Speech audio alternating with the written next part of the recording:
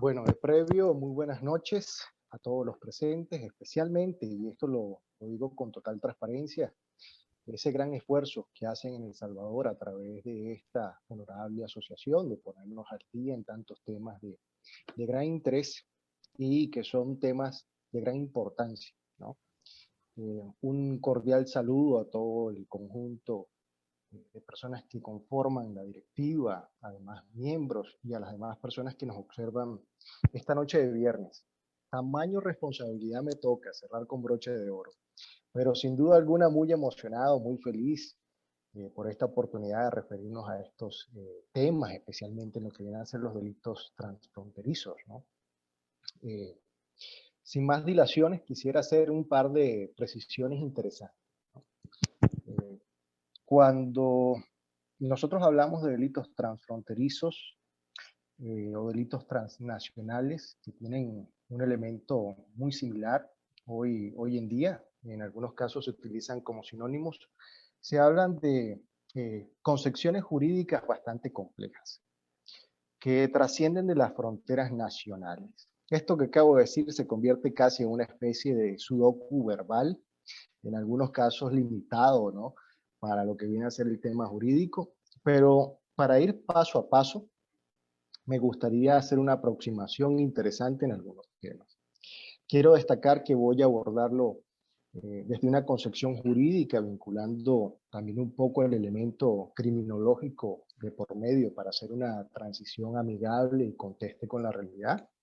Y de la misma forma señalar que se sientan en total y plena libertad de generar preguntas en la concurrencia de esta presentación, ¿no?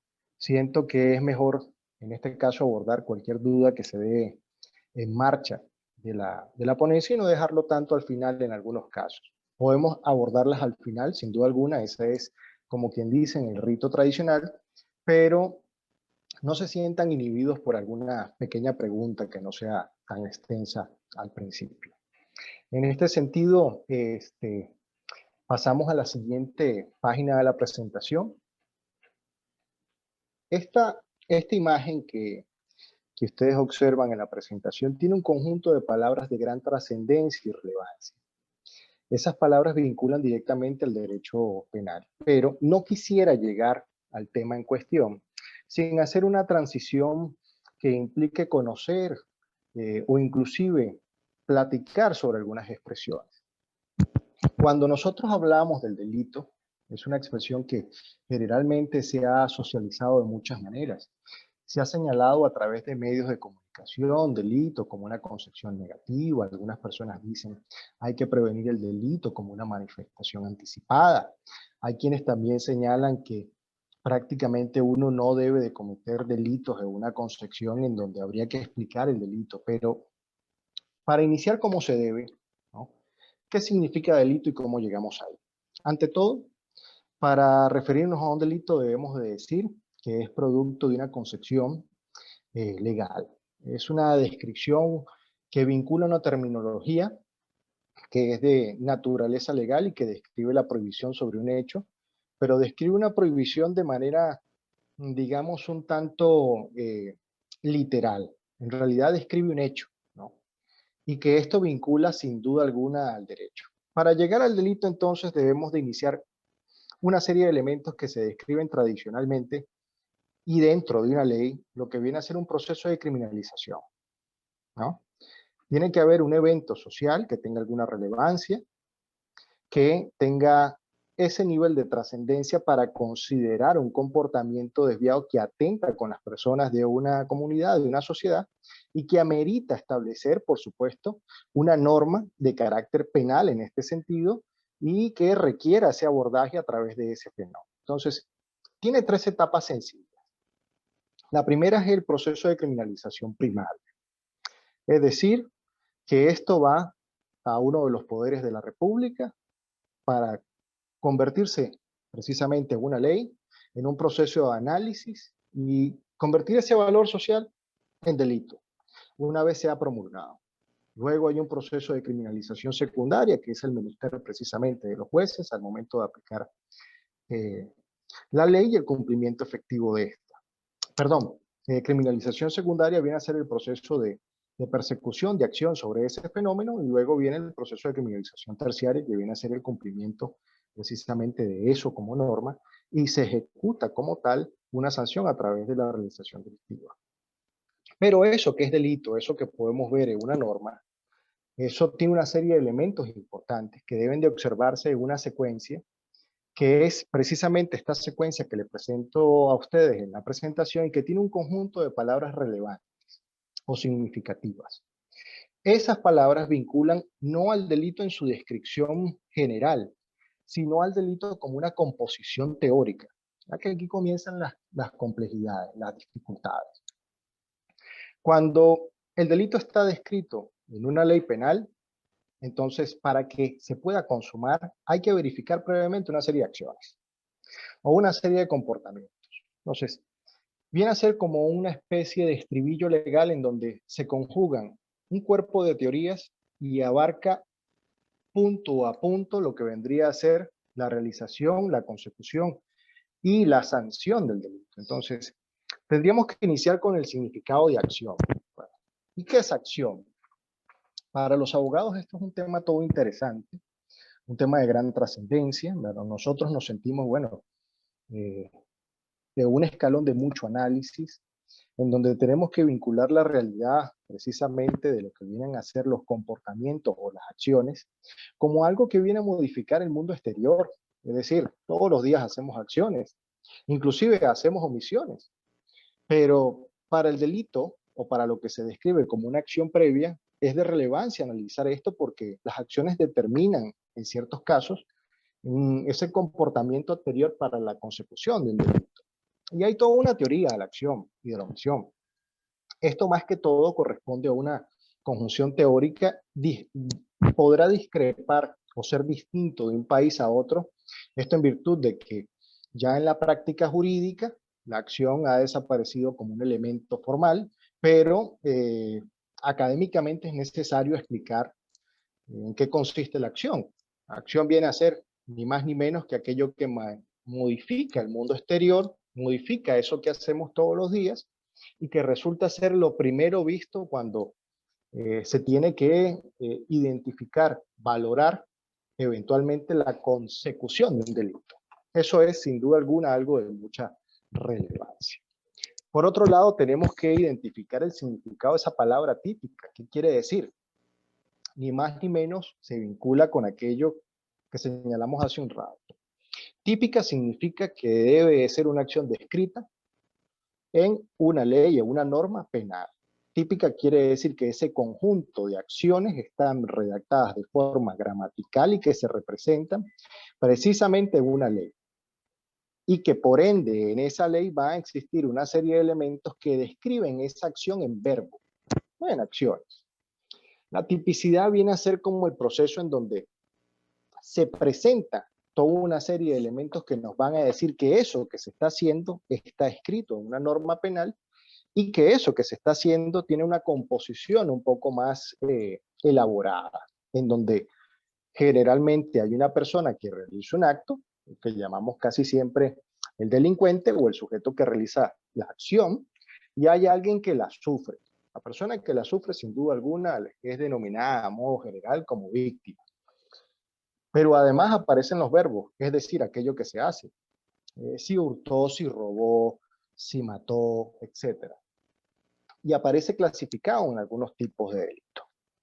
A eso, por supuesto, que se mira sencillo, pero resulta altamente complejo, le acompañan otros elementos.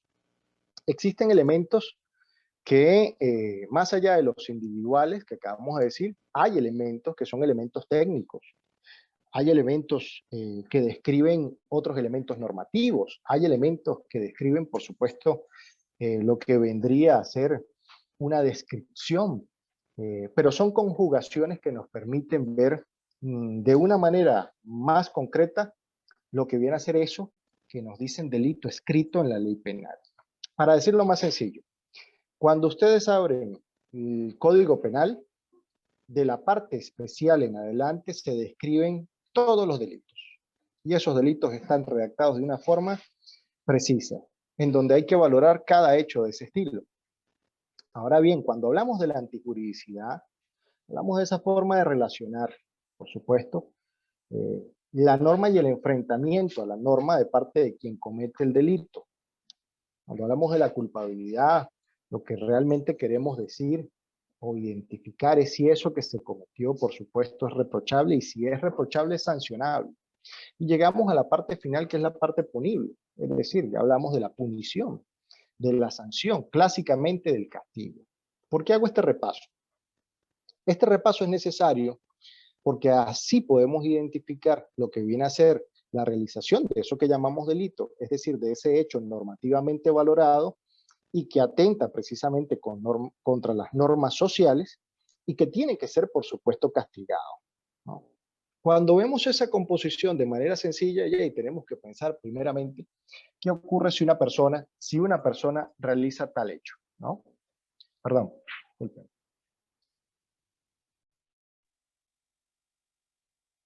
¿Qué ocurre cuando una persona realiza tal hecho?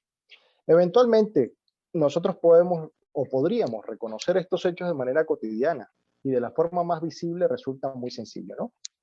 Uno sale a la calle y ve de repente que a una persona se acerca a otra y le quita el reloj, le quita la cartera, le apunta con un arma, le dice que se despoje de los bienes y gráficamente podríamos identificar, si nos encontramos ahí, que eso que ocurrió, bueno, sin duda alguna podría ser un delito o es un delito. Pero eso dentro de lo que vendría a ser una descripción común, local, algo más visible, ¿no?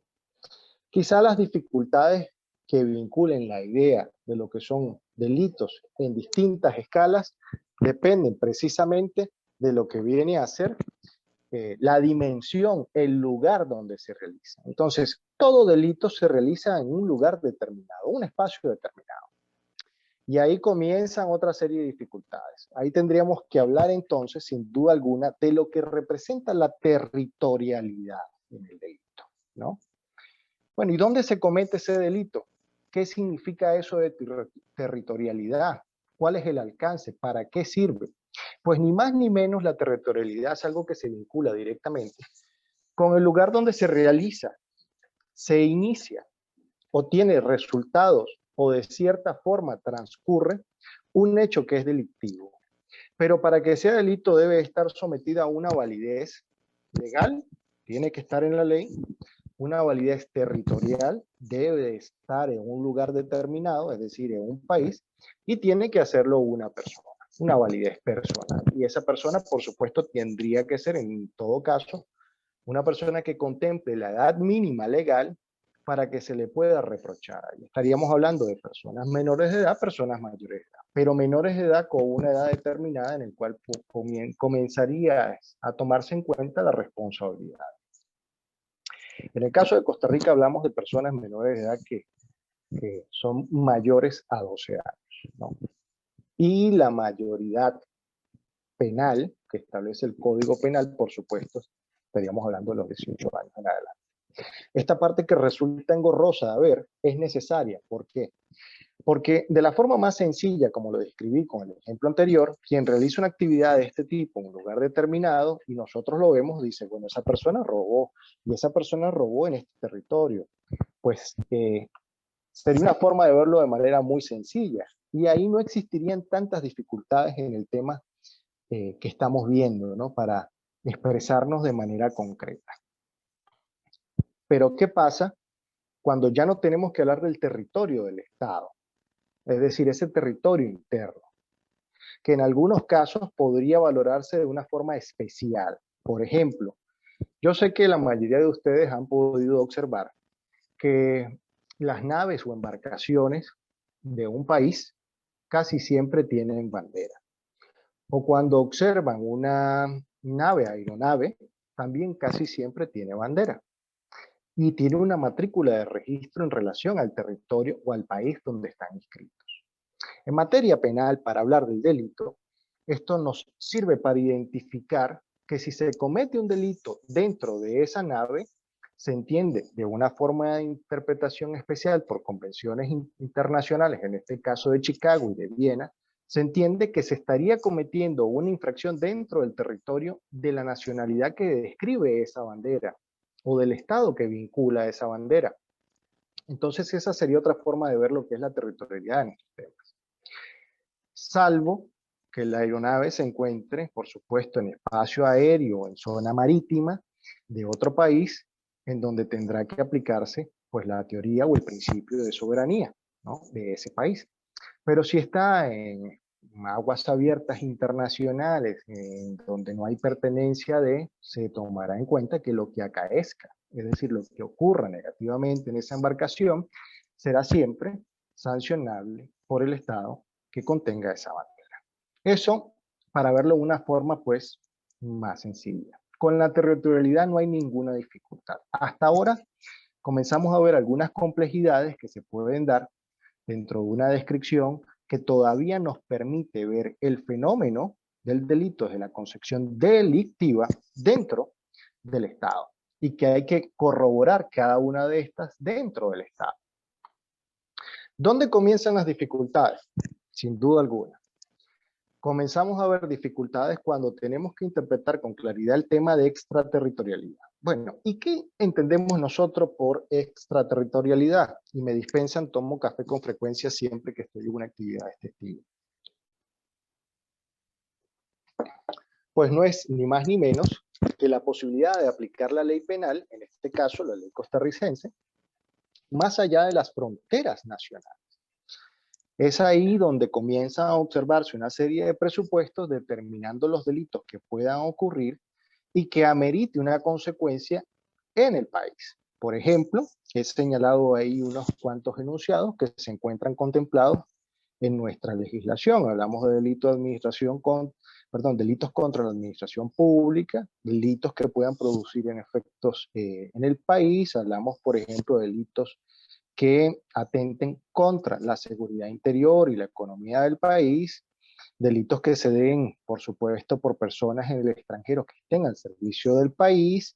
Ustedes se imaginarán que hasta el momento esa descripción comienza a ser algo sencilla, en virtud de embajadas, en virtud de empresas que tengan también alguna concepción nacional, delitos internacionales, y aquí comienzan a encenderse las alarmas porque delitos internacionales no deben entenderse, por supuesto, como delitos transnacionales, y voy a explicar más adelante por qué, y aquellos delitos que sean contra los derechos humanos, es decir, contra esa descripción universal que debe reconocerse que no apunta a los gobiernos, no apunta a las autoridades de esto, sino apunta a descripciones de las personas por el simple hecho de ser eso, personas, ¿no?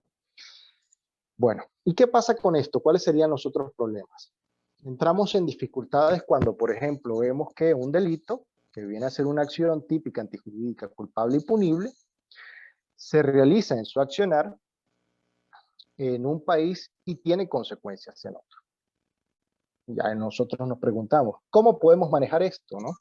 ¿Qué hacemos con esto? ¿Cómo resuelve esto el derecho penal? Pues muy sencillo.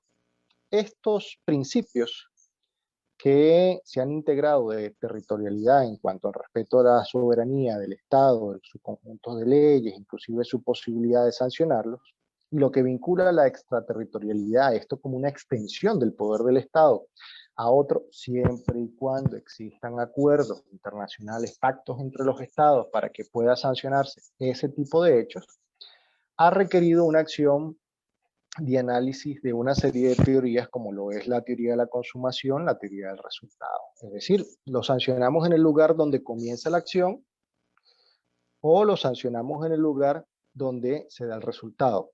Para decirlo mejor, perdón. ¿Iniciamos los actos de investigación donde se da la acción o investigamos donde se da el resultado? ¿Enjuiciamos donde se da la acción o enjuiciamos donde se da el resultado? Y cuando me refiero a este hecho, debo de aclarar que debe de existir un conjunto de acciones que puedan establecer complementariamente, por cooperación, lo que sería una investigación suficiente y eficiente para poder reprochar, sancionar determinado delito. Pero esto lo podemos también comparar con el ejemplo que dije hace rato, la persona que le quita la cartera a la otra, ¿no? O le quita un bien a la otra. Pero ubiquemos a estas personas no en la calle común que transitamos, o tal vez en la calle común que transitamos, pero que se encuentra en una frontera y la persona despoja a una del bien y corre inmediatamente a cruzar la frontera y pasa a otro país. Aquí comete la acción y sacará provecho del bien en el otro país. ¿Y cómo resolvemos esto? Y vean que es algo visible, lo podemos ver. Es decir, es una acción delictiva muy sencilla, la que describí hace rato, pero viendo este hecho, cabe la pregunta de ¿cómo lo solucionamos? ¿Qué hacemos? ¿Qué pedimos? Si hay mecanismos entre estados, habría que valorar entonces si se comienzan a respetar una serie de principios en cuanto a la investigación, si en ambos estados eso representa el mismo delito, si hay entidad de sanción, si hay identidad de la forma de imponer la sanción, ¿no? Para pedir lo que tradicionalmente se llama extradición, ¿no? Pero en este sentido, nosotros debemos de valorar y qué pasa con aquellos delitos que en su realización requieren una estructura, un manejo más complejo. Bueno, aquí comenzamos las grandes dificultades. Y con esto pasamos a la siguiente página. En la siguiente página nos topamos, por supuesto, algo muy interesante. Son categorías que en ese sentido tendrían una hiperdescripción. No hablemos de la cartera y la persona que vemos, sino que sumemos personas que intervienen para que eso se dé una consecución más hilvanada, más trabajada. Y también tenemos que estructurar estos fenómenos. Por ejemplo, hemos escuchado muchas veces de los delitos internacionales. Hemos vinculado los delitos internacionales con unas nuevas descripciones muy recientes. Por ejemplo, no sé si han llegado a escuchar lo que son los crímenes internacionales, pero también lo que vienen a ser los delitos transnacionales, o en este caso los delitos transfronterizos, y lo que son los delitos nacionales que están ahí en ese esquema que acabo de señalar hace un instante, que viene a ser algo sencillo, visible en algunos casos, y en otros pueden ser complejos, pero su origen y resultado llega a ser en el mismo país. Estas descripciones tienen una visión de espejo, lo he puesto así. Cuando vemos un delito internacional, debemos de pensar la posibilidad de que hayan organizaciones que puedan realizar ese tipo de delitos, salvo el ejemplo que siempre coloco en muchos casos en donde, como acaece en las películas, hay un ser muy malvado que gobierna una nación y con un botón utiliza toda la herramienta militar para destruir otra nación. Eso generalmente ocurre solo en las películas. Pero cuando vemos situaciones un poco más complicadas, como lo que sería un delito internacional, nosotros debemos de asumir la existencia de organizaciones de poder. Entonces, en este sentido, en este nivel, y esta es una apreciación personal a través de la experiencia y todo lo que he podido investigar, tenemos que ver organizaciones de poder económico, que en algunos casos la coloco en primer orden porque tienden a tener una mayor, digamos, poder, valga la redundancia, dentro de los estados, en virtud de que el recurso económico resulta un recurso muy importante para poder avanzar en aquellas propuestas que tengan en el sentido de la realización de delitos que estén, por supuesto, reconocidos contra los derechos humanos. Esa es una clave esencial para hablar de de los delitos internacionales y que estarían avalados, por supuesto, por mecanismos especiales de protección internacional.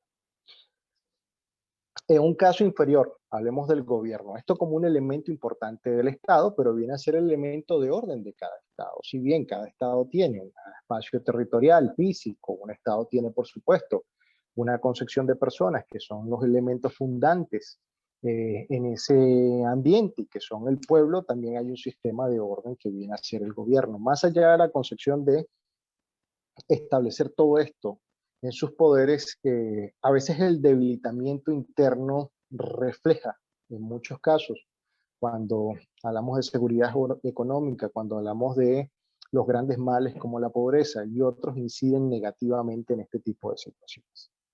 Volviendo al espejo de los crímenes internacionales con lo que viene a ser el crimen organizado o la organización criminal, si bien hablamos de que el crimen organizado tiene una trascendencia internacional, también puede beneficiarse de lo que viene a ser una organización criminal para ello. Sendas descripciones en este sentido porque vincula hechos que son delito en un estado y en otro y se cometen en un o en dos, perdón, de un estado a otro o de dos o más estados, ¿no? Pero no necesariamente tienen que ser delitos internacionales por la dimensión, ¿no?, en la que llegan a materializarse. Aquí pasamos a lo que serían los delitos transnacionales, hablamos de una delincuencia organizada transnacional y hablamos aquí sí, más que todo del crimen, porque hay que señalar que el crimen, si bien es homologable con delito, necesita la incorporación de un elemento más, necesita la incorporación de la reacción social. En el caso de la delincuencia organizada, hablamos de organizaciones estructuradas en donde hay una serie de funciones en donde cada uno cumple un rol significativo e importante, y en muchos casos no es como uno lo ve en las películas de los 70 con las mafias organizadas y todo lo demás. Hoy en día ha habido un poco más de tecnificación al respecto y la violencia en ese sentido es una violencia más selectiva, estratégica y táctica. Y bueno, llegamos entonces a donde nos encontramos, cada uno en sus estados, y dentro de ello vemos los delitos nacionales. Ahí caemos en lo que es la delincuencia organizada, la delincuencia común, que no necesariamente tiene que ser transnacional o internacional, sino organizaciones diminutas que se desarrollan ahí en los espacios locales, entre otros detalles. Eso sería como una visión de espejo de uno y de otro. Para hacerlo mejor, sin duda alguna, es necesario observar estas clasificaciones en la siguiente página, ¿no? Uno acá observaría entonces que la descripción de crimen organizado, hay que verlo así en su estructura, ni más ni menos es una organización de tipo empresarial. Nos preguntaríamos entonces, como toda empresa, además de encargarse de la producción de un determinado bien o de prestar un determinado servicio, entendamos que esto va acompañado también de lo que es adquirir ganancias económicas, entre otros detalles. Hay una vocación de permanencia. Se piensa que deben de ser una relación duradera y debe manejarse un elemento de continuidad. El crimen organizado descrito de manera dogmática, de manera documentada, teórica, resulta ser muy común. Las diferencias comienzan a incidir ya cuando tenemos que observar la descripción en las configuraciones delictivas, en las leyes aprobadas de cada estado. Algunos pensarían una cantidad determinada de personas que puedan participar. En el caso de Costa Rica hablaríamos de 2 o más personas con el propósito, por supuesto, de realizar este tipo de actividades. En otros países son 3 o más, pero esto es un espejo también de algunas descripciones que tiene la Convención de Palermo, ¿no?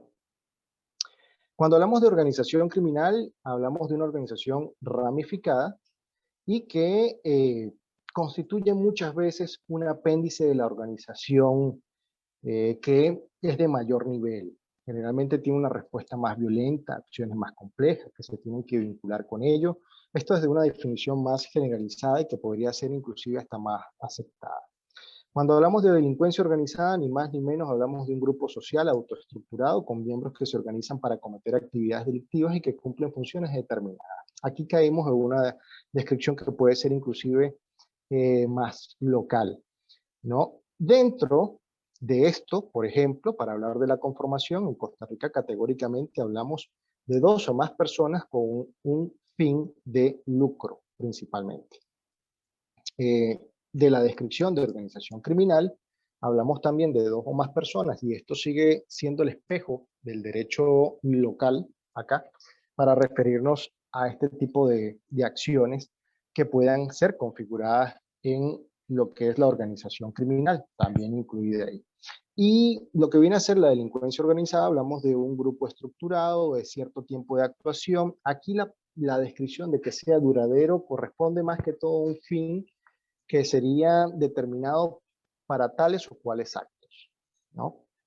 Por ejemplo, hablemos de un grupo de personas que se dedican al robo, al hurto, a la tacha de vehículos. Entiéndase tacha eh, como aquella forma que permite atentar contra un bien mueble y apoderarse de sus objetos y puede ir hasta un poco más allá lo que sería poseer el bien inmueble para venderlo. Venta de drogas también, pero cuando hablamos de delincuencia organizada a este nivel, muchas veces al ser una estructura interna no estamos hablando de venta de droga en narcotráfico, sino más bien estaríamos hablando de una acción que corresponda más a lo que es el narcomenudeo.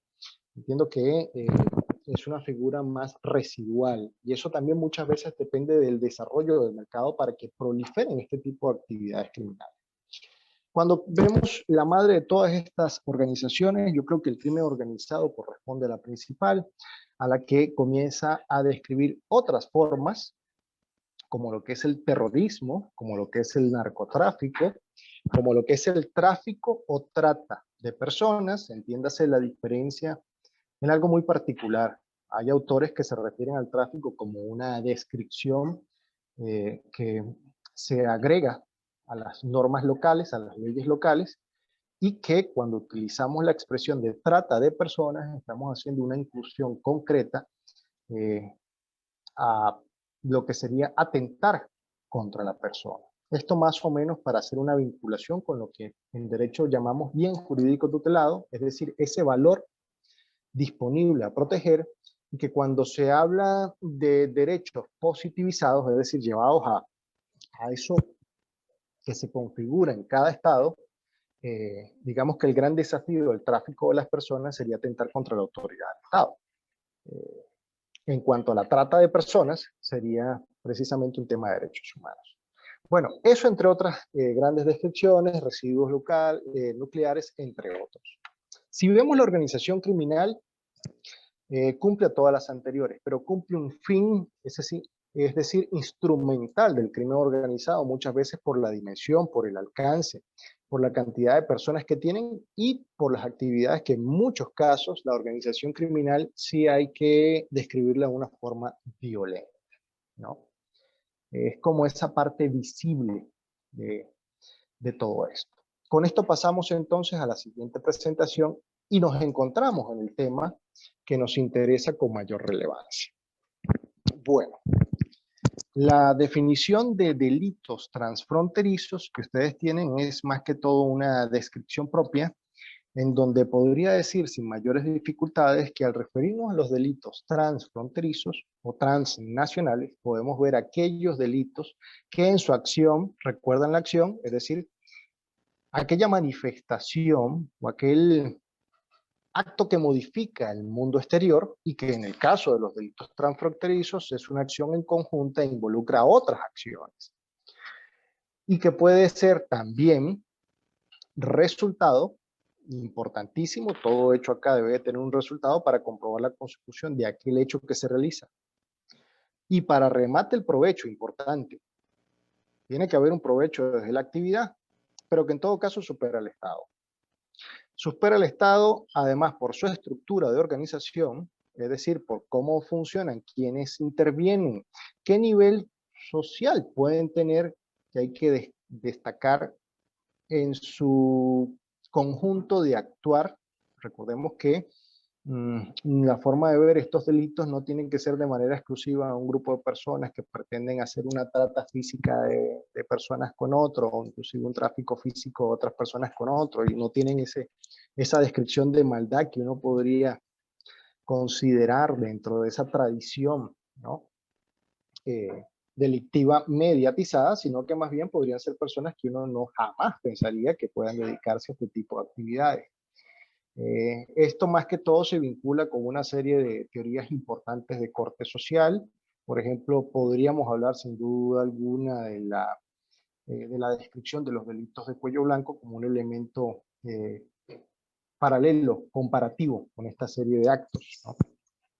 Y que además, y hay que decirlo así, hay una serie de elementos que dificultan su persecución por los organismos de seguridad estatal. Y esto no es tan difícil ver cuando un Estado pretende precisamente enfrentar un delito de estas dimensiones y se acaba el proceso de investigación o se limita su proceso de investigación por lo que corresponde a la frontera. Eso decía hace un instante, debe existir una loable forma de comparación en donde los estados puedan en conjunto enfrentar el fenómeno y no sean segmentos o espacios que se vean limitados al momento de querer enfrentar este tipo de fenómenos, ¿no? Eso hay que decirlo así. Y por último, dentro de esta concepción tenemos que pensar en esta enorme definición que nacen de forma nacional, pero trascienden a otros estados y generalmente superan, y es así en la mayoría de los casos, el control gubernamental. Esto también porque hace rato señalamos que en la manifestación de delitos que tienen mayor poder, mayor representatividad, nos encontramos en situaciones en donde hay poder económico o precisamente hay una permisividad del Estado, ¿no? Ahora, ¿cuáles son los delitos transfronterizos? Bueno, hemos escuchado y hemos visto a través de una serie de instrumentos internacionales, vuelvo a lo que enuncié hace un rato, lo que sería, por supuesto, la Convención del Milenio, en este sentido, del nuevo milenio que se da con los protocolos de Palermo. No es uno, es una conjugación que pretende atacar una serie de fenómenos de manera individual y de proponer formas para prevenir, sancionar estos fenómenos. El orden que ustedes tienen en la presentación, a través de la pregunta, y esto en forma de respuesta, podemos decir el tráfico de armas, la producción, la comercialización, la colocación, la dotación de grupos beligerantes armados, es parte de uno de los grandes problemas. Es impresionante lo que es llevar este fenómeno en términos económicos, pero que no es un fenómeno unísono, casi siempre puede vincular otros, como sería, por ejemplo, el tráfico de drogas, que es uno de los más complejos en la actualidad cuando hablamos del consumo de sustancias ilícitas y en algunos otros casos, y esto se tiene que decir, la transformación de las sustancias que se consumen. Hace algunos años uno podría pensar como un tema individual o principal, mejor dicho, de producción económica en cuanto al consumo de sustancias ilícitas, en lo que sería la acción del narcotráfico. Es decir, bueno, pensemos en la cocaína principalmente, pensemos también en lo que sería en algunos casos la marihuana como un elemento de comercialización y que mirando atrás hay que ver siempre y sin duda alguna un espacio en donde la producción requiera grandes extensiones de terreno para su sembradío, su procesamiento, si se quiere, y su comercialización luego. Pero, pero hoy en día tenemos un reino de sustancias sintéticas que ya no requieren tales estructuras, ¿no? Y que requieren más bien otras formas de producción y que ya no necesita trascender en algunos casos fronteras, sino en algunos de sus componentes para producir ese tipo de drogas sintéticas. Sin duda alguna es uno de los grandes problemas, una de las gigantescas dificultades. Por otro lado, el tráfico de personas. En realidad, tráfico de personas en relación a delitos transfronterizos suena bien y suena adecuado porque en este tipo de delitos estamos hablando de un delito que se comete en un estado, tiene sus efectos en otro, o puede ser efectos en más de dos estados simultáneamente. Entonces, en ese sentido, hay un gran desafío con lo que corresponde al ordenamiento jurídico interno de los estados, en la ley, en la forma de persecución y de sanción de los mismos, ¿no? Es uno de los grandes problemas. Inclusive el tráfico de personas hoy en día, a mi juicio, es uno de los delitos eh, más injustos que se pueda haber, porque además de comprometer, ¿no?, lo que viene a ser la dignidad humana, porque el tráfico de personas, también hay que señalarlo de una forma muy sencilla, ha involucrado en la historia una forma de ver de manera distinta a las personas. Y en algún momento se pensó que el tráfico de personas abordaba la libertad, abordaba esa descripción de autonomía, de disposición, en realidad aborda muchos otros factores que se enuncian y se describen en la dignidad de la persona, y esto por la extensa finalidad que puede tener un delito de esta magnitud con las personas sometidas a tráfico. Explotación sexual, matrimonio servil, inclusive trabajo forzado, esclavitud moderna, eh, puede inclusive de manera involuntaria, recordemos que estos fenómenos se han dado en algunas partes de la región, de que organizaciones o movimientos armados beligerantes recluten a la fuerza a otras personas, ¿no? Y lo que viene a ser el lavado de dinero, que sin duda alguna el lavado de dinero, el lavado de activos, blanqueamiento de capitales, utilicémonos en este momento como sinónimos, perdón, viene a ser el resultado de toda esta actividad, ¿no? ¿Y esto en qué sentido? Ninguna actividad o ningún delito que vincule este tipo de hechos transfronterizos se va a hacer porque se pretende algo distinto a lo que viene a ser precisamente recursos económicos. Y eso ha sido uno de los temas principales, ¿no? Aquello que se realiza con la actividad delictiva se convierte en un capital económico y ese capital económico hay que hacer algo con él. Las personas que realizan este tipo de actividades se preocupan por cómo manejan estos recursos y en qué medida, pero cómo manejan estos recursos y en qué medida con el propósito de realizar una serie de actos que conviertan ese dinero producto de actividades ilícitas a gran escala en dinero potable, si se quiere, en dinero incuestionable, si se quiere, dentro de las economías. El gran detalle en este sentido del lavado de dinero es que a pesar de que es un vínculo con las otras actividades criminales, muchas veces este es un delito de los cuales hay una acción muchísimo menos visible que las anteriores. En tal caso, debo de señalar que en los países donde se realiza el tráfico de armas no va a ser el mismo país en donde se va a hacer el proceso de blanqueamiento de dinero. En algunos casos se ha visto que las personas tienen que sacar de estos provechos una estrategia para convertirlos en su lugar de asiento, ¿no? En su lugar de domicilio, de permanencia de la estructura, recursos suficientes para seguir adelante, ¿no? Para seguir realizando este tipo de actividades ilícitas. El gran detalle es que muchas veces se requiere la intervención de 3 o más países para la consecución de 1, 2, 3 planes que acompañen al conjunto de delitos. Algunos de estos, pero casi siempre eh, va a ir acompañado del lavado de activos, el lavado de dinero. Por otro lado, y es preocupante agregar lo que sería el tema de corrupción con los delitos transfronterizos, porque viene a ser como un elemento que si lo vemos como corrupción activa, hablamos entonces precisamente de esa situación en donde aquellas personas que podrían, o siendo, mejor dicho, funcionarios públicos, activamente reciben dinero por determinadas actividades ilícitas. O una corrupción pasiva que basta ser, en este sentido, es simplemente ver para otro lado cuando se realiza determinada actividad. Sin duda alguna, la corrupción es uno de los grandes males que potencia, que amplifica y que de cierta medida extiende, ¿no? La consecución y realización de otros delitos. Cuando miramos a las víctimas, en este sentido hay que decirlo así, en todo delito hay una víctima, ¿no? Cuando miramos a las víctimas en delitos tan complejos como este, tan poco visibles en sus estructuras, en sus cumplimientos, nosotros debemos de decir, bueno, ¿y quiénes son las víctimas? Hablamos de personas, hablamos de la sociedad, hablamos del poder del Estado. Para entender mejor esta concepción de víctima, debemos de analizar lo que en virtud del bien jurídico tutelado nos describe lo que se quiere proteger. Por ejemplo, en el tráfico de armas lo que se quiere proteger de cierta forma es la seguridad de los estados. En el tráfico de drogas, la salud pública. Hablamos precisamente de un elemento supraindividual, más colectivo. En el caso del tráfico de las personas, también lo que corresponde al desafío de los controles del Estado, y eso vincula también a las personas como una víctima directa, ¿no?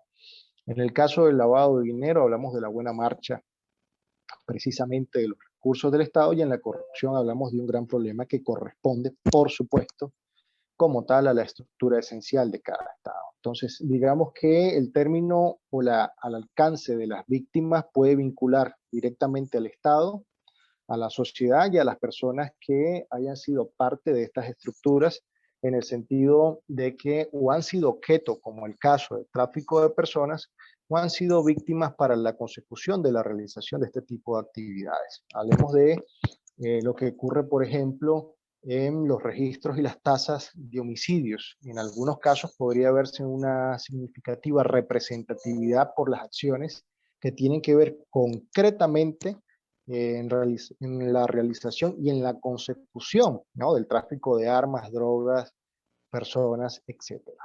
¿Cuáles son los límites? En ese caso, en la pregunta siguiente, ¿cuáles son los límites de la persecución penal? Sin duda alguna, aquí hay un gran problema. Lo hemos dicho desde el principio. Cuando hablamos de límites, el derecho, o mejor dicho, la ley de cada estado no puede trascender a fronteras de otro estado sin una previa acción de acuerdo, y eso a través de instrumentos internacionales que les permita trabajar en conjunto. La persecución penal en ese sentido y desde el Estado, una vez que se halle la realización de un delito o parte de él, es importante señalarlo, el límite como tal entonces corresponde más que todo a las fronteras del Estado. Eso desacelera mucho otros elementos de persecución para, y establezco el propósito, la consecución de la sanción penal. Y por último, la pregunta más complicada. ¿Existen tensiones con la política criminal? Yo debo de ser honesto en este tema, muy honesto. Parte de lo que es la descripción legal, entiéndase delito como una descripción de intervención de consecuencia, es decir, los delitos no, en realidad dije en el principio de una forma muy generalizada, los delitos prohíben comportamientos, en realidad no, en realidad describen comportamientos y describen el comportamiento que se sanciona. Pero para llegar ahí hay que ver qué quiere sancionar el Estado. Y es cuando caemos en el tema de política criminal. Y la política criminal no es ni más ni menos que el conjunto de acciones que toma un Estado para prevenir, sancionar, reprimir, y aquí viene la palabra, una palabra muy dura, pero hay que aceptarla, o tolerar fenómenos criminales, ¿no? En ese sentido, si un Estado tolera determinados comportamientos que son en otro Estado delito, digamos que el problema anterior con la persecución penal, el surgimiento de víctimas y la manifestación de los delitos descritos en la figura de los delitos transfronterizos, reflejará un grado de impunidad gigantesco. Yo en este tema generalmente hago una descripción muy sencilla al referirme, por ejemplo, a la persecución y al referirme a lo que vincula la persecución en su descripción anterior, en política criminal y en política de persecución, ¿no? Criminal. Yo casi hago una analogía, por muy sencilla, veo al mundo como una edificación de 194 pisos, en donde cada piso representa un país y tiene sus normas, y en donde cada piso, por supuesto, tiene medios de conexión para llegar a una u otra planta, otro piso. Y que el medio de conexión permitido o validado, en los casos en que se establezcan acuerdos internacionales, serán siempre las escaleras. Pero es una edificación sin ascensor registrado, sin ascensor declarado. Y el ascensor ni más ni menos viene a ser estas manifestaciones delictivas de organizaciones transnacionales que van a un margen, a una velocidad, a un ejercicio de propuesta delictiva que supera la velocidad y respuesta de las personas. Basta hacer una comparación muy sencilla. Las organizaciones formales de algunos estados, inclusive algunas instituciones internacionales que se dedican precisamente al combate de estas actividades, irían en este caso por las escaleras. Detrás de una marcha que involucra la dinámica o la velocidad de lo que sería un ascensor, sin duda alguna. Para simplificar esto, en el caso de la investigación y otras más, vamos por las escaleras cuando la dinámica delictiva va en ascensor. Y va en ascensor llegando a los países en donde comete por cada piso una actividad delictiva que compone otra. Y que al fin y al cabo, organizarse para investigar un tipo de actividad esta con la inversión de tiempo, pues resulta favorable, lamentablemente, para este tipo de organizaciones que operan más allá y al margen de la ley. En algunos casos, diluyéndose en los comportamientos desviados y en otros casos enfrentando plena y concretamente a la ley. De este modo, entonces, pasamos a lo que viene a ser los crímenes transnacionales, que se encuentran en la página siguiente. Cuando hablamos de esta manifestación delictiva, en realidad hablamos de crímenes transnacionales, es una propuesta nueva, involucra con ciertos elementos los anteriores que vimos en los delitos, pero cuando hablamos de crimen hablamos de un amplificador de los hechos, es decir, hablamos de un hecho que se da, que está en contra de la ley, que es delito, pero que además involucra la reacción social por el gran impacto que ocurre en determinado estado y en determinado lugar. Son aquellos que tienen mayor visibilización. Hablamos, por ejemplo, de movimientos de personas de un lugar a otro, huyendo a otras manifestaciones delictivas y que se hace reprochable, por supuesto, desde precisamente desde los pueblos y desde las comunidades internacionales. Esto no quiere decir que tengan mayor importancia que los delitos transnacionales.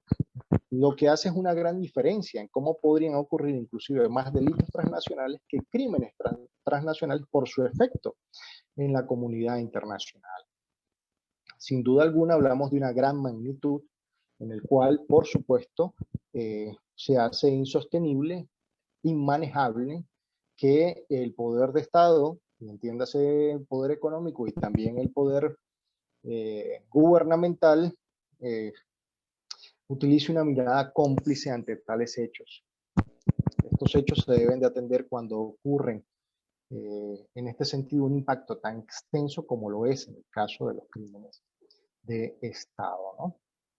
Hablamos entonces que en este sentido los crímenes resultan ser sancionados por el derecho penal de cada Estado, pero no por el derecho penal internacional principalmente.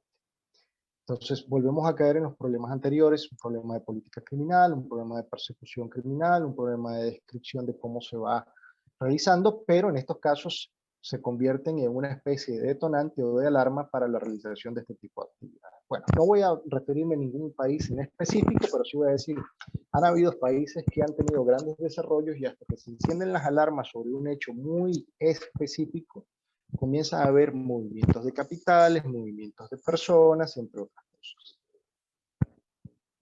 De esta forma pasamos a los delitos internacionales. Los delitos internacionales en este sentido constituyen ese conjunto de delitos, pero que están contemplados a nivel internacional. Y esto corresponde a un conjunto de desarrollo de conductas ilícitas y que afectan a determinadas personas por ese sentido esencial de ser humano, ¿no? Y esa descripción de persona. En este sentido va más allá de los estados, apunta precisamente a las personas.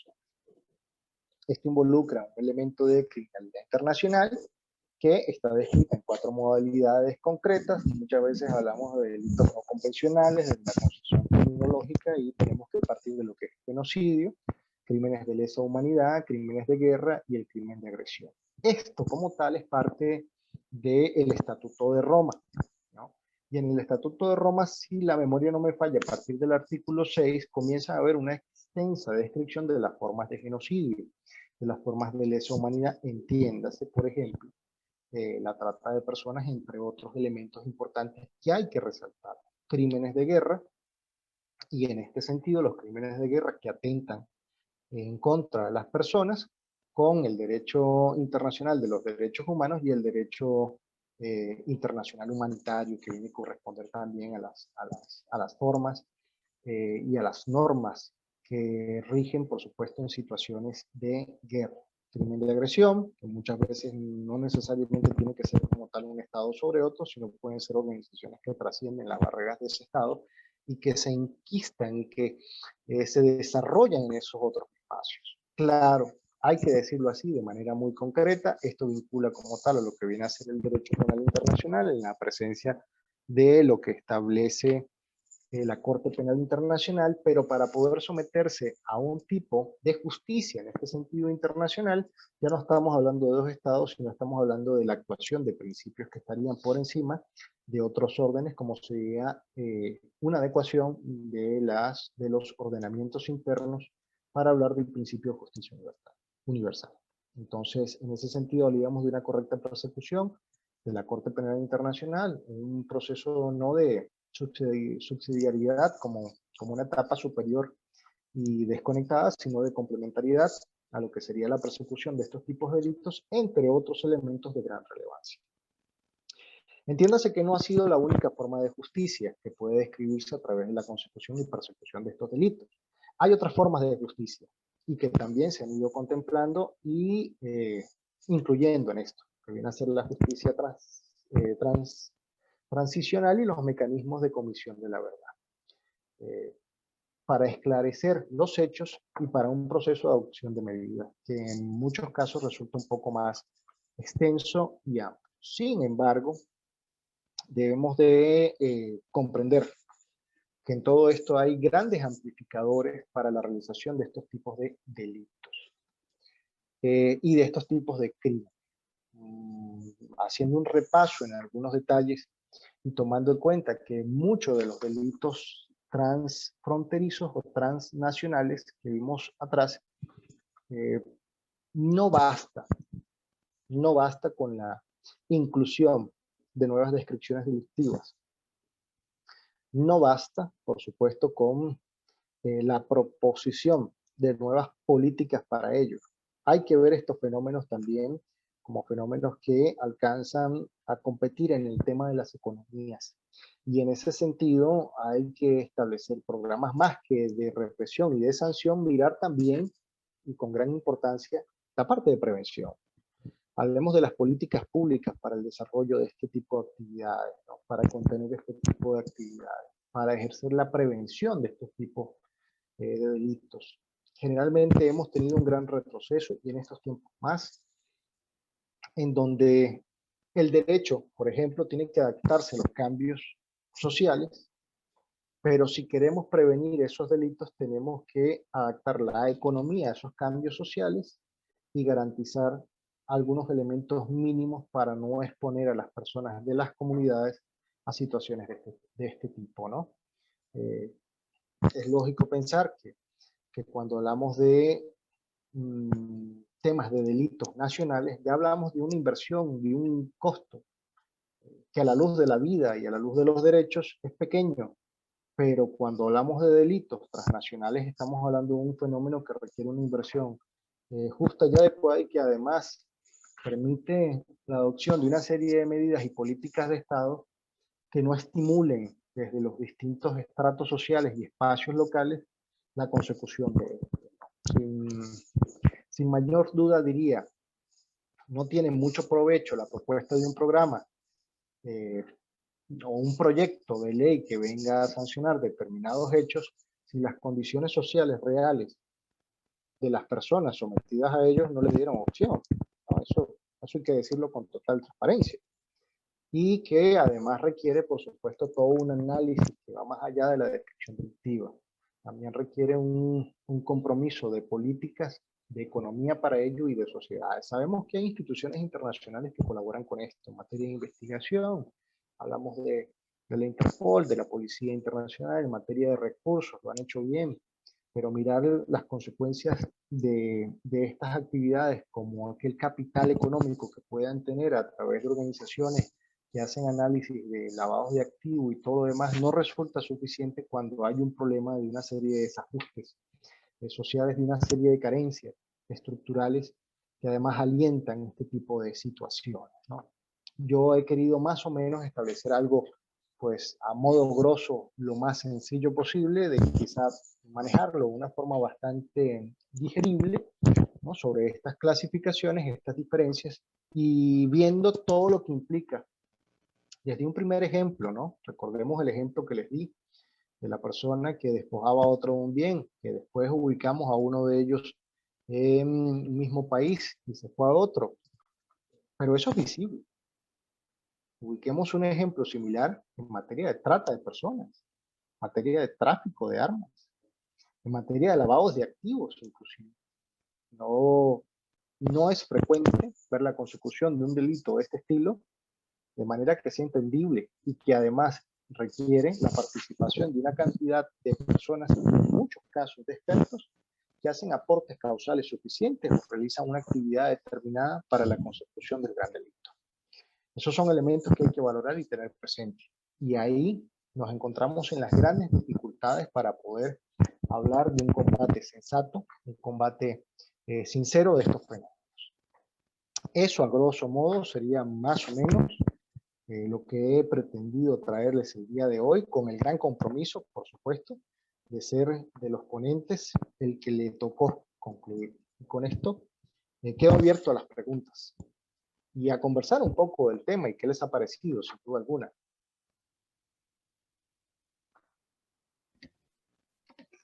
Muchas gracias, Tino. Hay varias preguntas y muy interesante el tema. Creo que en el caso de Salvador, ahora con todo esto de la ley Bitcoin, bueno, el inicio de otros negocios digitales también creo que estamos más preocupados por el tema transfronterizo, ¿verdad? Porque nos hemos hecho globales de un día para otro. Creo que también es interesante. Quizás las preguntas están enmarcadas en eso. Voy a iniciar la lectura. No. Dice Marlon Melara, ¿puede haber delitos como el ciberterrorismo o ciberataques en esta nueva realidad líquida del Internet que por tipicidad a lo mejor no esté contemplado en las leyes nacionales? ¿Qué tan preparados estamos en Hispanoamérica con esta nueva realidad de leyes? Sin duda alguna es una pregunta que se las trae, porque además apunta más que al efecto legal, a la condición social de que nosotros podamos enfrentar una amenaza de ese estilo y que sepamos, por supuesto, que estamos enfrentando una amenaza de ese estilo, ¿no? Para nadie es un secreto que en muchos casos, en algunos países de América, nos ha tocado llegar de último en algunas actividades y que eso pues compromete de cierta forma una actividad que responda a una reacción social y también una reacción estatal para preservar tales derechos. Yo creo que en ese tema nos encontraríamos en cierta medida tan vulnerados que sería más que todo en la forma de codificar esa técnica, entender esa técnica y responder legislativamente a esa técnica. Y también establecer un programa, un proceso de prevención. Y yo les confieso, esto ha avanzado, el tema de las tecnologías ha avanzado tanto que si uno pretende ponerse al día, necesitaría al menos 2 vidas para saber cómo estamos en temas de tecnología. Y tendríamos que excluir cuáles serían más o menos las prioridades desde los estados para poder ir o alcanzar la respuesta general de estas situaciones globalizadas en donde se manejan esta serie de herramientas que ya no tienen una frontera física visible. La frontera es un espacio inmaterial e inclusive incuantificable, ¿no? Como lo es el Internet, como lo es precisamente algunas otras áreas que no voy a mencionar porque se desconocen de manera legítima, pero se usan y que debemos de estar preparados para ello, ¿no? Sin duda alguna, hace falta conocimiento, hace falta proposición y hace falta incorporación en esto, porque la parte técnica del delito, que era más o menos lo que les estaba comentando, la dificultad, cuando uno ve un tipo penal dice, bueno, aquí hay elementos descriptivos, elementos normativos, elementos individuales, inclusive elementos culturales, ¿no? Que se toman en cuenta. Pero cuando vamos a los elementos técnicos, ustedes me presentan a mí esos detalles en materia de avances tecnológicos y yo tal vez como abogado diga, suave, esperen un momento, esperen a que me actualice un poco porque no voy al ritmo de ustedes. Ahora, veamos estos fenómenos adaptados a lo que sería la ley, como delito y como respuesta, por supuesto, a esa serie de actos que serían en este caso antijurídicos. Hay que avanzar en ese proceso del Estado con actos de conciencia que permitan saber que lo que se va a tutelar va a cumplir tal finalidad. Generalmente es un gran problema, ¿no?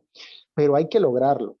Eso por un lado, en el proceso de criminalización. Por otro lado, identificar las responsabilidades individuales, ¿no? Identificar, por supuesto, formas de prevención para poder reconocer. Yo creo que más de uno o más de una persona, dependiendo del contexto cultural, no identificaría que inclusive el uso de sus dispositivos podría ser más que vulnerable, se le haya vulnerabilizado, ¿no? Esas son otras cosas de interés, pero a grosso modo sí, nos hace falta prepararnos ante estos hechos, nos hace falta reconocer si tenemos la capacidad de enfrentarnos y nos hace falta identificar por política criminal si más bien lo incluimos o lo dejamos de lado por algún interés específico. Muchas gracias. Samuel Flores pregunta, ¿cómo cambia el rol de las fuerzas policiales o militares con el incremento de ciberataques? Sin duda alguna, ahí hay que hacer un proceso de transición. Cuando uno ve el origen, por supuesto, de lo que, inclusive, si nosotros comenzamos a hablar de estos actos como crimen organizado y visiones anteriores, no resulta nuevo, resulta un poco más de 100 años. Cuando vemos la policía nace inclusive desde el Estado clásico, nace con otras funciones, nace con funciones por encima de, inclusive de lo que sería las funciones de hoy en día del Poder Judicial, hasta que pasamos al Estado moderno y se operativiza una visión de policía nueva. Hoy en día las policías, que lo estoy diciendo en plural, han comenzado a cubrir necesidades específicas. Sin duda alguna, necesitaríamos, por supuesto, hacer un esfuerzo por mejorar en el ejemplo que les dije, pasar de las escaleras a otro ascensor para que la policía pueda tener un proceso de persecución más optimizado y que requiera, por supuesto, todo el habituaje, el acondicionamiento, más allá de que una ley le permita tener o una política le permita tener un departamento para poder actuar en estos casos. Se requiere también un proceso de capacitación significativo. Y creo que va por ahí.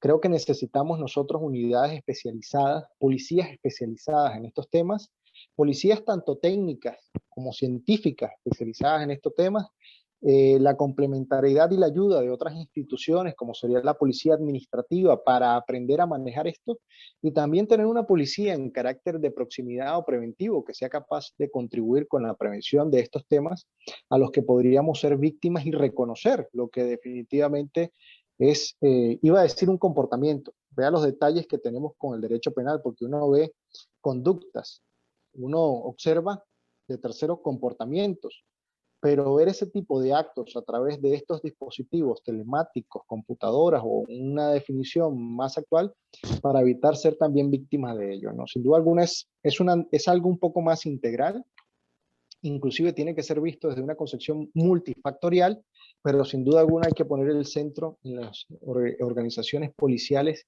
y que cada una pueda realizar un rol adecuado a las respuestas de este estilo, ¿no? Ese sería más que todo el compromiso. Hay organizaciones internacionales, yo hace rato dije la Interpol, existe y brinda complementariamente algunas ayudas. El detalle es que hay que ver si la Interpol puede operar con ese nivel de diligencia según algunos estados y los convenios que tengan. Y si no, más bien lo que puede resultar es un proceso de obstrucción para ese tipo de investigación. Pueden haber tensiones en la policía, sin duda alguna, en lo que es el tema de investigación, pero eso ya sería otro tema. Sí, muy interesantes esos términos de policía administrativa y policía preventiva que iría en paralelo con el tema de legislación también. Sí, sin duda alguna. Sí. Y es necesario porque uno dice, por ejemplo, cuando uno ve las distintas policías, uno ve policías de guardacostas, policías rurales, uno ve policía, en el caso de Costa Rica, Fuerza Pública, que es la Policía Nacional, uno ve policía municipal, que es una policía más de proximidad, más de localidad, y uno ve, por ejemplo, el OIJ, el Organismo de Investigación Judicial, que es la policía científica. Pero si bien ambos pueden atender el fenómeno, cada uno tiene un aporte en este sentido de respuesta absolutamente distinto. Uno es investigativo, represivo, otro más que todo es contributivo y otro tiene que ser meramente preventivo. Lamentablemente, y esto es un fenómeno complejo, cuando uno ve avanzar una respuesta de una organización policial, ve que otras organizaciones como que van imitando en sus escalas y en sus funciones. Y hay que pensar que cada una cumple una función. Yo, por ejemplo, veo una policía municipal y es parte de un anhelo muy personal. La policía municipal debería de conocer a las personas que viven en la localidad por su nombre, ¿no?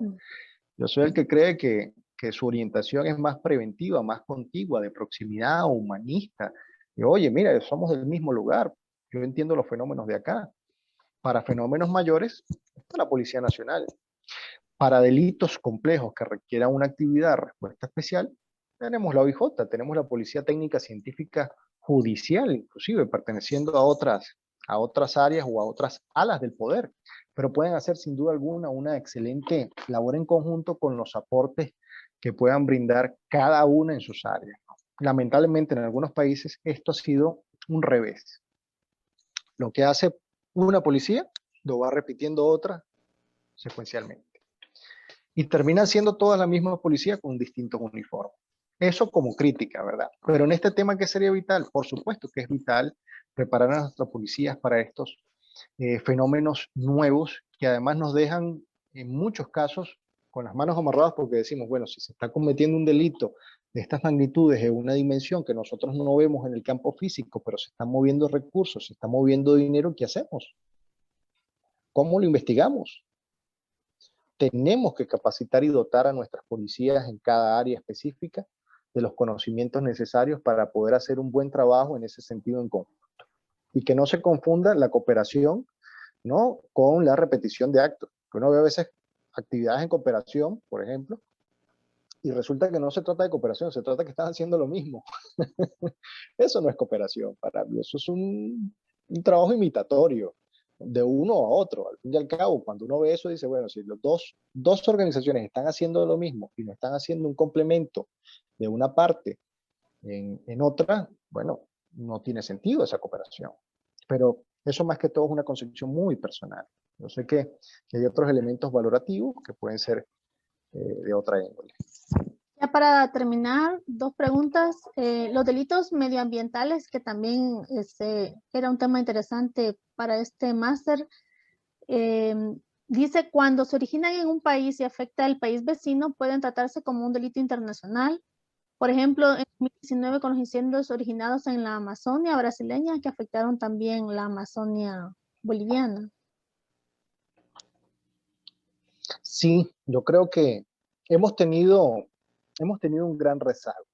Cuando uno hace un análisis complementario precisamente a la parte legal, a mí me gusta lo que es el tema de los delitos ambientales, también vinculando lo que vienen a ser desde el enfoque criminológico, la criminología verde, que hace ese estudio, hace un análisis y dice, bueno, ¿cuál es el impacto? ¿Cuál es el alcance? Uno podría ver la realización de comportamientos que tienen un impacto universal. Es que hablamos en muchos casos que hay una forma de destrucción de bienes que derivan de algo demanial, algo que nos pertenece a todos. Y en ese sentido, el nivel de protección debería de ser más férreo, más extenso, debe haber mayor interés y respuesta del Estado en estos casos. Lo que está ocurriendo en el Amazonas, y no es algo nuevo, desde hace mucho hemos visto espacios devastados a través de procesos de extracción de minerales, que algunos se hacen de manera oculta y otros yo no sé si es oculto, porque ver extensiones acabadas de árboles, de terreno, entre otras cosas, no es algo que se pueda esconder, no es algo que se pueda ocultar con un zacate, como dicen acá, con una gramita verde encima. No, no, no, son destrucciones que además implican una degradación de los suelos y una contaminación férrea significativa. Para mí esos delitos son inclusive mucho más graves que otros delitos. Yo soy el que cree que ese tipo de delito principalmente no debería tener prescripción, como otros delitos de lesa humanidad que deben ser concebidos así en los derechos, en las legislaciones internas. Pero además hay países que están comenzando a valorar con un análisis y una reacción un poco más severa lo que es cortar un árbol, por ejemplo, ¿no? Lo que es precisamente mover de estos recursos naturales de un lado a otro, que requieren toda una serie de análisis y respuestas, pero cuando hablamos de minerales pareciera que el recurso verde no es el principal a proteger, cuando debiera ser. Querámoslo o no, hay un gran impacto universal en estos tipos de delitos. Sí deberían de ser considerados como delitos de primer orden por su impacto, por su alcance, por los efectos y más que todo cuando estamos pretendiendo nosotros hacer cambios significativos, ¿no? Cambios significativos. Cuando nosotros vemos, por ejemplo, los esfuerzos que hay en temas de recursos verdes, en temas inclusive de preservar la naturaleza, y esto a través de la industria, hemos querido pasar de vehículos de combustión a vehículos eléctricos. Hubo una buena intención, pero sigue siendo igual de mala, ¿no? Que no me digan que un vehículo eléctrico no va a ser un problema, lo va a ser. va a hacer, hay que ver cuánto cuesta una batería y qué van a hacer con esas baterías y todo lo demás. Son detalles que en realidad, como dicen en algunas geografías, especialmente los estadounidenses, los demonios están en los detalles. Pero sí hay que ordenar estos temas y poner los recursos verdes por delante. Hay que entender que estos delitos deberían de tener, por supuesto, una persecución universal. Debería de hablarse el tema de prescripción con mucha severidad, no debería de existir. Y en ese sentido, debería haber una mayor inclusión. Todavía han quedado atrás porque el tema económico pareciera ser lo que predomina en los recursos, ¿no? Eso lo veo yo como una crítica. Pareciera que lo más peligroso de otras actividades criminales es el recurso que generan y que está fuera de la ley. Algunos dirán, bueno, es que tiene que ver precisamente con la captación de recursos, con lo que deben de aportar formalmente, con el desafío plenamente al poder, pero hay situaciones en realidad como esta, lo que corresponde precisamente a los temas medioambientales, que no es juego. No hay forma de librarse de un impacto de esa índole. Lo estamos viviendo hoy en día. El tema de conciencia ha servido, pero se requiere mayor protección, se requiere una mayor representación en estos hechos, ¿no? En estas situaciones. Y un mayor acuerdo de todos los estados. Cuando hablamos inclusive de los medios de sanción y de persecución, hay países que no se han adherido a tratados internacionales que podrían ser significativos. Eso hay que observarlo. Y hay que establecer por qué, sin duda alguna. Pero el gran detalle acá es que todavía sigue siendo un recurso importante, y digo todavía sigue siendo porque hasta que no se dé una extinción significativa no nos vamos a dar cuenta de las verdaderas y severas consecuencias. La comercialización de lo extraído pues resulta un objeto de gigantesco provecho que también debemos de tomar en cuenta y que deberíamos de tomar con severidades de los estados, ¿no? Y hacer todo un esfuerzo para cambiar esas vidas. Pero sí, con total razón, De hecho, me parece un tema así. este tema de medio ambiente está considerado como un riesgo emergente, que a lo mejor no lo valoramos como tal y también puede que tiene un efecto directo en la generación de comida para la humanidad, ¿verdad? Sí, sin duda alguna. No es casualidad que veamos inversiones de otros continentes con gran atracción hacia lo que nosotros tenemos. Yo creo que nuestro principal recurso todavía en Latinoamérica viene a ser el recurso verde, pero tenemos que apreciarlo como se debe. Yo creo que de riesgo sería, me atrevería a decir, me parece un peligro, ¿no? Yo creo que en lo particular, si no ponemos un freno, en la actualidad estaríamos hablando de una situación que ya es absolutamente inminente y que necesitamos corregir. Necesitamos corregir desde un esfuerzo en conjunto, sin duda alguna. Y ya para terminar, con esta ponencia que ha estado excelente, ¿qué nos recomiendas para prepararnos para este mundo globalizado donde realmente los delitos vienen a estar sin fronteras? Venimos y ya no somos solo El Salvador, sino que es todo el conjunto. Hay relaciones comunes, sin duda alguna, y se van a dar. Hoy en día el tema de fronteras se ha estrechado a través de las relaciones comerciales, a través de servicios, a través de actividades. Hay quienes ven desde la criminología con gran amenaza un proceso que se denomina la mundialización de la sociedad, lo cual no está mal si no renunciamos a elementos significativos de qué implicaría como riesgo esa mundialización, lo que reconocemos en la actualidad como una globalización en donde emergen una serie de manifestaciones que ya superaron de plano los estados y superaron a las economías de los estados. Tiene que existir un esfuerzo en conjunto de gran responsabilidad desde los estados. Tiene que existir un proceso de políticas públicas descendentes que permitan a las personas tener información básica y esencial. Y además se tienen que crear, por supuesto, condiciones de más desarrollo. Porque eso es uno de los grandes problemas que se describe como una exposición a. Si nosotros hablamos de globalización, de actividades que definitivamente podrían repercutir, ¿verdad? En algunos países en donde si observamos su fragilidad en algunas condiciones económicas, el fenómeno los pone precisamente en una situación de servicio, ¿no? Que resulta grave. Nosotros tenemos que apuntar, por supuesto, a una mayor posibilidad de políticas públicas que permitan el desarrollo de las personas. Si nosotros tenemos mínimos para esos desarrollos, no se pone la situación del fenómeno tan fácil y tan sencillo para lo que sería el efecto negativo de la globalización.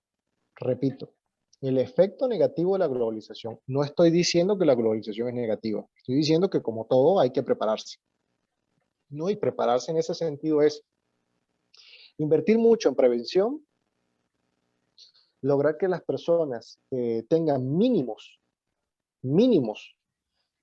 satisfechos a través de eso que ha sido carencias estructurales, crear conciencia y fortalecer.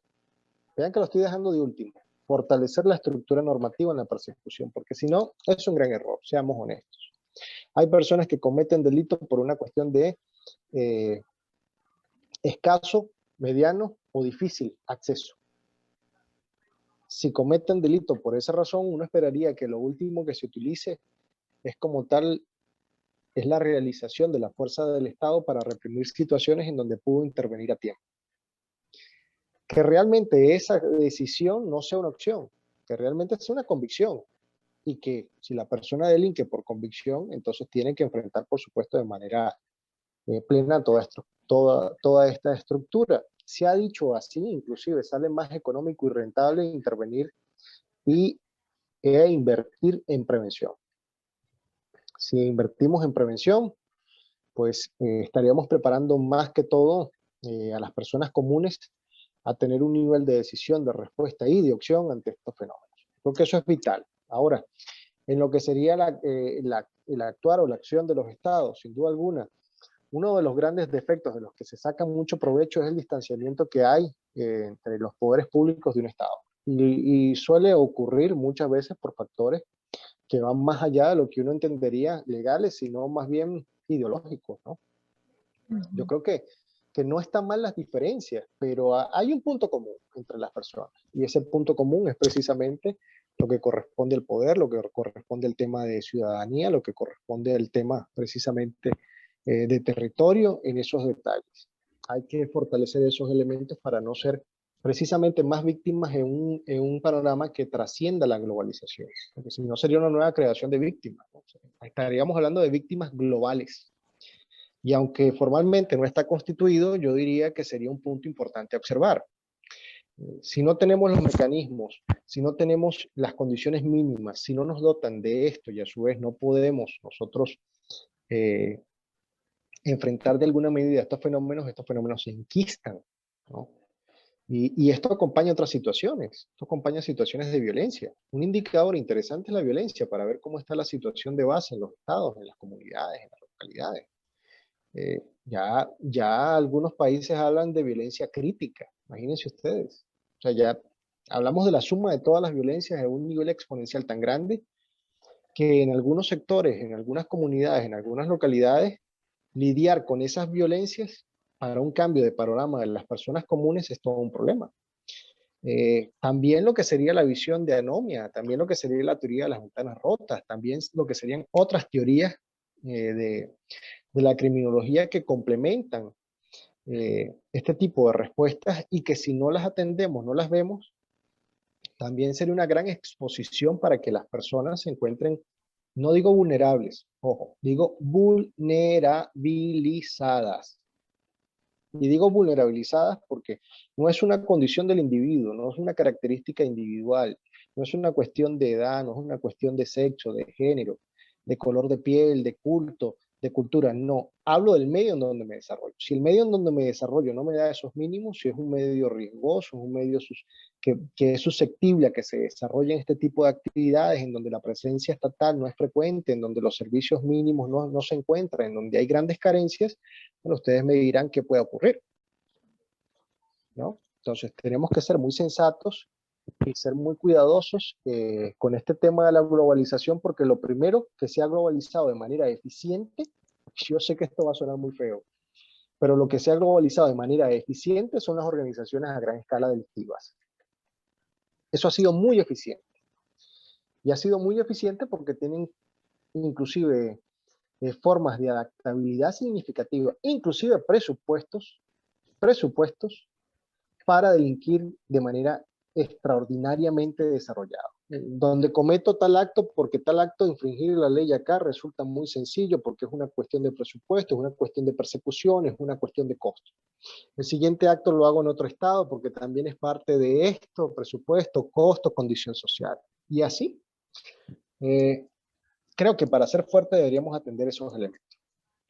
Una sociedad con mínimos cubiertos,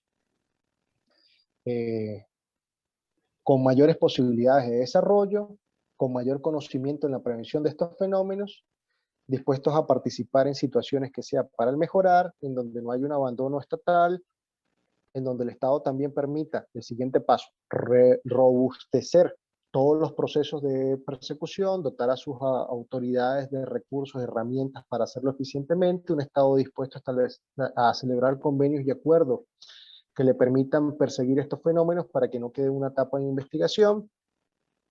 Sería una forma muy eficiente de responder, pero claro, algunos dirán, bueno, es una utopía, ¿no? En muchos casos, pero hay que empezar de abajo hacia arriba. Un edificio no se construye desde la azotea. Y así Tenemos que es. empezar con pequeños aportes para lograr resultados favorables. Bueno, muchas gracias, maestro Salas. Ha sido una exposición excelente y cerramos con broche de oro el masterclass Archivo Forenses 1. Hemos tenido una audiencia que ha estado estable en toda la reunión y pues estoy agradecida con usted y con la Asociación de Costa Rica, también con Bernal Vargas, que estuvo el día de ayer y nos han aportado, nos han dado ideas para también ir desarrollando este tema de la criminología, la ciencia forense en El Salvador. Agradezco su apoyo. No, definitivamente el agradecido soy yo por la oportunidad, por el tiempo de todos ustedes. A veces soy muy lineal por escucharme, porque más un viernes, ¿verdad? Estaba pensando en cómo hago para intentar hacerlo más sencillo, pero sin duda alguna yo me llevo más que ustedes en el sentido de que es provechoso poder conversar de estos temas con hermanos de otros países y ver que algunos fenómenos definitivamente se repiten y que pueden estar en ambos casos y que nos preocupamos por proponer una nueva forma de atención y no quedarnos estáticos. Debemos de hacer todo lo posible por hacer buenas propuestas, buenos ensayos, buenos actos, buenas acciones. Y desde lo profesional, más que una posibilidad, es un deber. Y también agradezco a todos y cada uno de los que han sacado de su tiempo y han permanecido, por supuesto, en estas actividades. Es muy, muy agradecido. Nosotros acá desde Costa Rica, a pesar de que yo tengo una mixtura de acento, este no es el acento tradicional, esto es producto de haber vivido mucho tiempo en Venezuela y combinar esas vivencias por largos tiempos. Digo, estamos muy agradecidos. Nosotros desde la Asociación Costarricense de Criminólogos Municipales venimos haciendo un esfuerzo para visibilizar inclusive una nueva área teórica en donde trabajemos desde las comunidades, pero eso sería otro tema, de verdad. Muchas gracias a todos ustedes y que tengan excelente.